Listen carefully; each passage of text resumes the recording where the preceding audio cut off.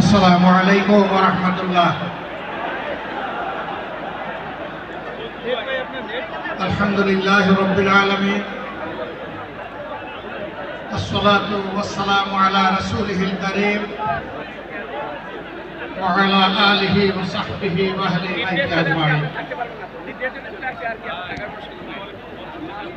বাংলাদেশ জামাত ইসলামী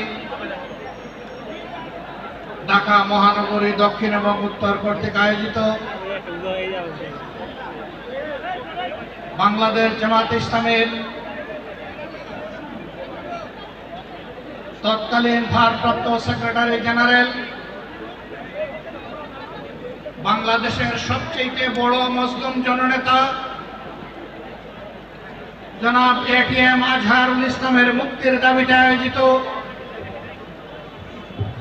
এই জনসমুদ্রের সম্মানিত সভাপতি, মঞ্চে বসা নেতৃবৃন্দ, আমার সামনে উপস্থিত ঢাকাবাসী,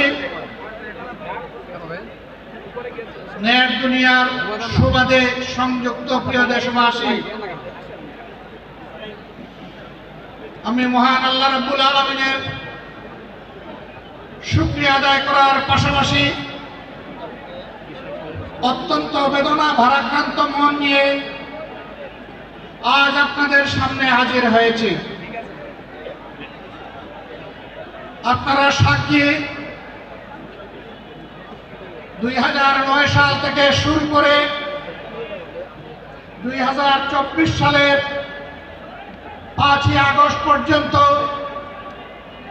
বাংলাদেশ আওয়ামী ফ্যাসিবাদের কবলে ছিল। ফ্যাসিবাদ প্রতিপক্ষ সংগঠন হিসাবে তার প্রথম হিংস্র থাবাটি বিস্তার করেছিল বাংলাদেশ জামাতে ইসলামের উপর। সকল শীর্ষ নেতৃবৃন্দকে এক এক করে তারা বন্দী করেছিল। প্রথম দফা বন্দী হওয়ার পর প্রিয় সংগঠন এটিএম আজহারুল ইসলামের উপর সেই সময়ের গুরু দায়িত্ব তুলে দিয়েছিল। ভারপ্রাপ্ত সেক্রেটারি জেনারেল হিসাবে সংগঠনকে তিনি নেতৃত্ব দিচ্ছিলেন। পথের কাঁটা সরানোর জন্য বাকিদের ধারাবাহিকতায় ষড়যন্ত্র অব্যাহত রেখে তাকেও গ্রেফতার করা হলো। এক এক করে 13টি বছর অতিবাহিত হয়েছে। কারাগারের অন্ধকার প্রকোষ্ঠে তিনি আছেন। এখনো তিনি মুক্ত হননি। বাংলাদেশ ফ্যাসিবাদ থেকে মুক্ত হলো। আমাদের প্রশ্ন, ফ্যাসিবাদের সবচেয়ে কঠিন সাক্ষী আজহারুল ইসলাম সাহেব মুক্ত হলেন না কেন? কোন জিনিস তাকে এখনো আটকে রাখতে বাধ্য করেছে? কেন এই বৈষম্য? আমরা তো নিজের থেকে অন্যান্য নেতৃবৃন্দের মুক্তির দাবি জানিয়েছিলাম, এই উদারতা আমরা দেখিয়েছিলাম, উদারতা আমরা দেখিয়েও যাব। কিন্তু আজহারুল ইসলাম সাহেব কবে মুক্তি হবেন সুস্পষ্টভাবে জানতে চাই সরকারের কাছে। আমরা তো চাইনি, কল্পনাও করিনি এইভাবে আমাদেরকে রাস্তায় নামতে হবে প্রিয় আজহার ভাইয়ের মুক্তির দাবিতে। আমরা বাধ্য হয়েছি। আমরা স্পষ্ট বার্তা দিতে চাই, তার মুক্তি না হওয়া পর্যন্ত এই সমাবেশ প্রথমও নয়, শেষও নয়। সমাবেশ, বিক্ষোভ, আন্দোলন অব্যাহত থাকবে।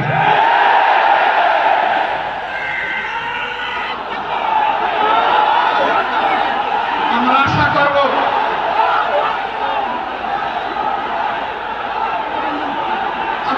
করব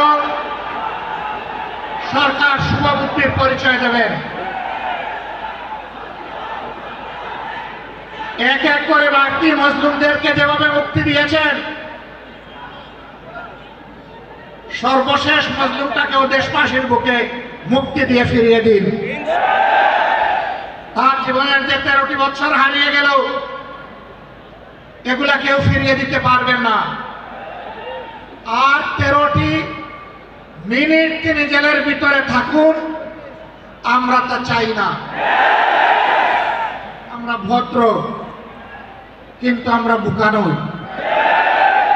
আমাদের ভদ্রতার এই উপহারকে কেউ যেন দুর্বলতা মনে না করেন।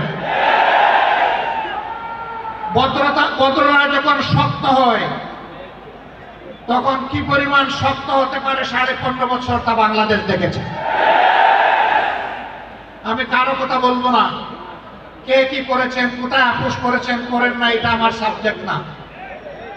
কিন্তু মহান আল্লাহর পর ভরসা করে মহান আল্লাহকে সাক্ষী রেখে বলছি 15.5 বছর মহান আল্লাহর দেওয়া শক্তির কারণে, মহান আল্লাহকে ভয় করার কারণে বাংলাদেশ জামাতে ইসলামীর কোনো অপশক্তির কাছে কখনো মাথা নত করেননি। জীবন দিয়েছে, আপোষ করেনি। বহু আপোষের প্রস্তাব আমাদের কাছে এসেছিল। ফাঁসির কাস্টে নেতৃবৃন্দকে পাঠিয়ে দেওয়ার আগে জনে জনে দফায় দফায় প্রস্তাব এসেছিল। বাংলাদেশের জনগণ জানে জীবিত অবস্থায় আল্লাহ সেই নেক বান্দারা, বাংলাদেশের বীর সন্তানেরা, তারা ওই সমস্ত প্রস্তাবগুলোকে পায়ের তলে ফেলে দিয়েছিলেন। আমরা তাদের উত্তরসূরি। সুতরাং মেহরবানি করে আমাদের আর ধৈর্যের পরীক্ষা দিবেন না, তাকে মুক্তি দিন। কেন আমাদের নিবন্ধন আটকে রেখেছেন? নিবন্ধন তো জালিম সরকার কেড়ে নিয়েছিল। সেই জুলুম আপনারাও কি আমাদের উপরে করবেন? এই জন্য কি হাজার জনতা জীবন দিয়েছে? হাজার হাজার মানুষ পঙ্গুত্ব বরণ করেছে আবারও সেই বৈষম্য দেখার জন্যে। আমরা বাংলাদেশের মাটিতে আর কোনো বৈষম্যকে বরদাস্ত করব না। সকল বৈষম্যের কবর রচনা না হওয়া পর্যন্ত আমাদের আন্দোলন অব্যাহত থাকবে ইনশাআল্লাহ। আমি প্রিয় সহকর্মীদের কাছে জানতে চাই, 15.5 বছর জীবন দিতে যেমন ভয় করেন নাই, গুলির সামনে বুক পেতে দিতে ভয় করেন নাই, সর্বশেষ জুলাই আন্দোলনে শরিক হয়ে যেমন করে দেশপ্রেমের দায়িত্ব এবং দেশপ্রেমের প্রমাণ পেশ করেছেন, একটি মানবিক বাংলাদেশ, বৈষম্যহীন বাংলাদেশ গড়ে তোলা পর্যন্ত আপনারা কি একই লড়াই করার জন্য প্রস্তুত আছেন?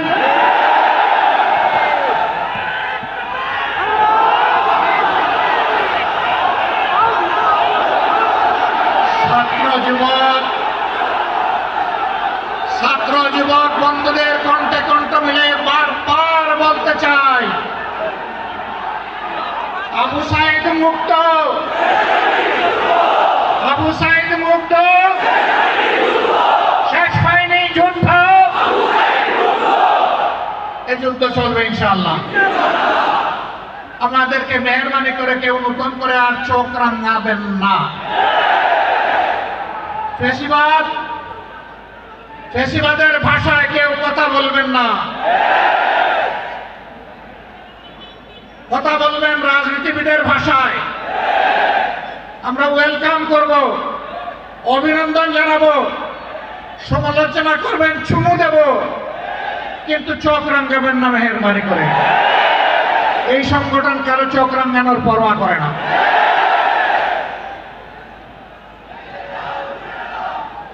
আমার সম্মানিত ভাইরা, দেশের বিরুদ্ধে, জাতির বিরুদ্ধে অতীতেও ষড়যন্ত্র ছিল। ফ্যাসিবাদের পতনের পরেও ষড়যন্ত্র অব্যাহত আছে। এক এক করে আল্লাহ তাআলা সকল ষড়যন্ত্রকে ব্যর্থ করে দিয়েছেন। আমরা আশাবাদী একটা ঐক্যবদ্ধ জাতি আগামীতেও সকল ষড়যন্ত্র আল্লাহর সাহায্যে ব্যর্থ করে দিবে ইনশাআল্লাহ। তাই আমার শেষ আবেদন, আসুন দলমতের ঊর্ধ্বে উঠে আমরা সব ধরনের ফেসিবাদের বিরুদ্ধে আমরা রুখে দাঁড়াই। আল্লাহ রাব্বুল আলামিন আমাদের ভাই এটিএম আজহারুল ইসলামকে অবিলম্বে সসম্মানে আমাদের বুকে ফিরিয়ে দিন। তাকে মুক্ত বাতাসে শ্বাস নেওয়ার তৌফিক আল্লাহ তাআলা দান করুন। আমরা বিশ্বাস করি আসমান জমিনের মালিকের ইশারাই সর্বোচ্চ ইশারা, তার ফয়সালাই চূড়ান্ত ফয়সালা। আমরা মহান রবের দরবারে সেই ফয়সালা কামনা করছি। আপনাদের সকলকে আজকের এই আয়োজন সফল করার জন্য প্রিয় সংগঠনের পক্ষ থেকে আন্তরিক কৃতজ্ঞতা এবং মোবারকবাদ জানিয়ে আগত দিলেন লড়াই সংগ্রামের রাজপথে আবারও সংগ্রামী ভূমিকা রাখার উদাত্ত আহ্বান জানিয়ে আমার বক্তব্য এখানেই শেষ করছি। আল্লাহ হাফেজ।